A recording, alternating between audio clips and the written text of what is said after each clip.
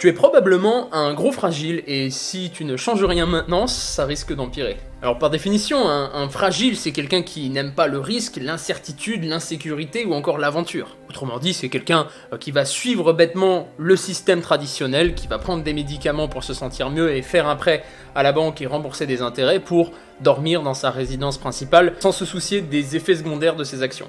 Et tout remettre en question et ne pas suivre le statu quo, c'est finalement une bonne forme d'intelligence si on suit le raisonnement de Nassim Nicolas Taleb dans son bouquin Anti-fragilité. Pour lui, il existe 3 niveaux de fragilité. Numéro 1, le fragile, c'est quelque chose qui se détériore après un choc, par exemple la classe moyenne.